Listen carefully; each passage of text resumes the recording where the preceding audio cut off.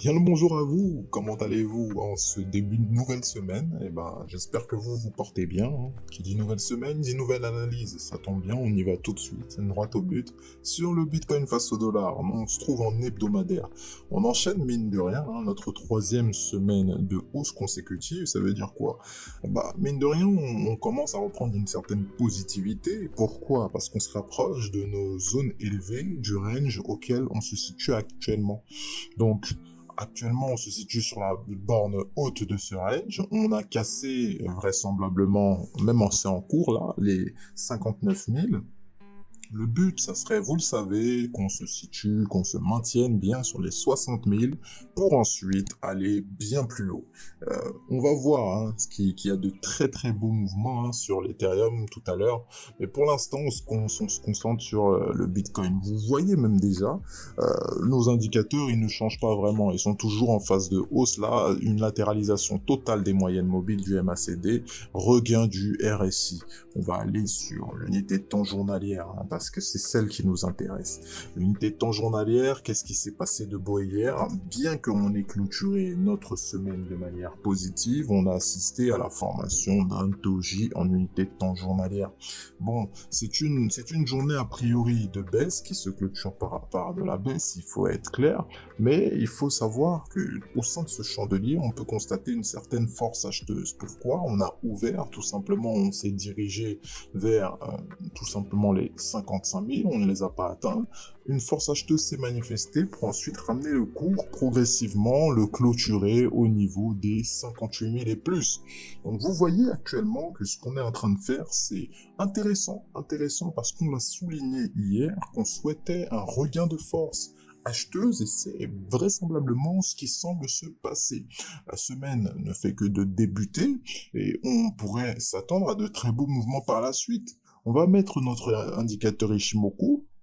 Certes, on voit qu'on avance, on avance véritablement sur cette zone élevée de notre zone de compression, mais ce qu'on souhaiterait voir, c'est une cassure du nuage franche et même un établissement bien au-dessus de celui-ci. On va prendre le temps de voir ce que les intervenants ont décidé tout au long de cette semaine. On va aller en unité de temps 4 heures et on voit que depuis pas mal de temps, on s'établit au-dessus du nuage, on assiste à la création d'une nouvelle tendance en cours et on souhaite qu'elle dure, on souhaite qu'elle perdure, cette nouvelle tendance, parce que elle est vraiment claire et établie. On a une première résistance qui se situe progressivement au niveau de 60 000. Vous apercevrez également la prochaine au niveau de 62 000. Quasiment, donc on sait qu'il y a des niveaux forts qui nous attendent, donc les acheteurs ont intérêt à se manifester, les acheteurs ont intérêt à être très très forts là, cette semaine, s'ils veulent suivre l'Ethereum. On va en unité de temps 1 heure et on aperçoit très visiblement que nous sommes actuellement dans de la hausse, c'est vrai. Tout a commencé à partir de 15 heures hier, on s'est carrément propulsé, on s'est propulsé vers les niveaux de 60 000. Le but, ça serait qu'on les atteigne au moins aujourd'hui, qu'on s'établisse au-dessus de ces niveaux-là. Donc vous voyez que c'est qu'une question de temps. Mais les acheteurs, en tout cas, la balle est dans leur camp. Allons en unité de temps 1 heure, cette fois-ci sur l'Ethereum face au dollar. C'est une toute autre histoire. Nous passons la barre des 4000 et même plus. Nous sommes actuellement au niveau de 4130. Et cela n'est pas pour nous déplaire. En effet, l'Ethereum rattrape sa course, l'Ethereum marque le pas, l'Ethereum domine. Actuellement, il n'y a plus rien à prouver. Il est clairement le leader de ce bull run actuellement à l'instant T. Et en tout cas, c'est très beau à voir. Les mouvements qu'il effectue sont également très sains parce qu'on assiste tout simplement phase de hausse, une belle zone de latéralisation qu'on a eu hier. On a pu s'apercevoir qu'on est tout de même descendu jusqu'au 3700 et actuellement on a fait un beau rebond, un très très beau rebond. Donc il y avait effectivement la possibilité d'acheter cette cassure de Tenkan. Encore une fois, c'est de petits signaux. Bon, c'est pas forcément tout le monde qui vont être amenés à les prendre, mais en tout cas il y avait de belles opérations à effectuer.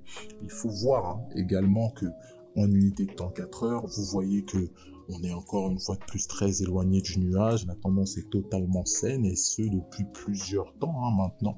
Et on constate que Ethereum a une très bonne mine, c'est plus à prouver. Même si on s'attarde sur les indicateurs, on se rapproche, comme on le disait dans les analyses précédentes, du niveau des 70 et ça ne va pas tarder. Donc il faut se tenir prêt à ça. Lorsqu'on va atteindre les niveaux des 70, on risque même de les dépasser. Ça demande même à savoir si on l'a déjà dépassé sur l'Ethereum face au dollar. A priori non, a priori non.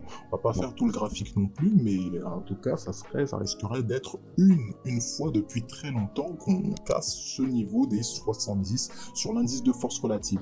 Pour rappel, ça veut dire que on rentre dans une zone de surachat, les acheteurs sont plus que présents, c'est-à-dire qu'ils dominent excessivement le marché, et après ça, on pourrait peut-être s'attendre à une zone de consolidation. Donc, constatons en unité de temps journalière les journées haussières qui ne font que s'enchaîner. Sur l'Ethereum face au dollar, ce n'est plus à prouver, ce n'est plus à montrer. Il faut également prendre en compte que là, actuellement, on pourrait voir avec cette hausse fulgurante peut-être une respiration dans les prochains moments. En tout cas, tout peut s'effectuer, même si l'actif est lancé, il n'y a plus forcément d'inquiétude par rapport à ça. Prenez le temps également de voir en unité de temps weekly à quoi ressemble notre semaine sur l'Ethereum face au dollar. Notre semaine précédente, on l'a dit, on n'a même pas fait de plus bas sur la semaine précédente. Il faut que vous sachiez, c'est-à-dire que dès que la semaine précédente a commencé, les acheteurs se sont imposés directement. On n'a même pas pris le temps de respirer la semaine dernière. On est parti directement à la hausse. Pas si vous vous rendez compte de la puissance du chandelier qui nous a été donné. Donc encore une fois, c'est un chandelier qui est très très puissant. On assiste à une hausse sans précédent sur l'Ethereum. C'est quasiment, à vue d'œil, le chandelier le plus puissant en fait de l'actif en question. On va voir, tout n'est pas terminé, mais il est vrai que actuellement on commence la semaine encore une fois de plus dans la positivité. Encore une fois, des scénarios qui sont clairs, vous le voyez, sur nos deux actifs différents. L'Ethereum face au dollar, il surperforme clairement, il est très très puissant. Le Bitcoin, lui, s'approche lentement mais sûrement de ces zones élevées du range. On espère les casser par le haut cette semaine. On a une vision claire des marchés actuellement. On a de très très belles opérations à faire, à effectuer. Également, vous savez que c'est ce qu'on vous souhaite. Prenez les meilleurs trades possibles, prenez soin de vous, de votre capital. Et quant à nous, n'oubliez pas, on se retrouve à la prochaine. Bye bye.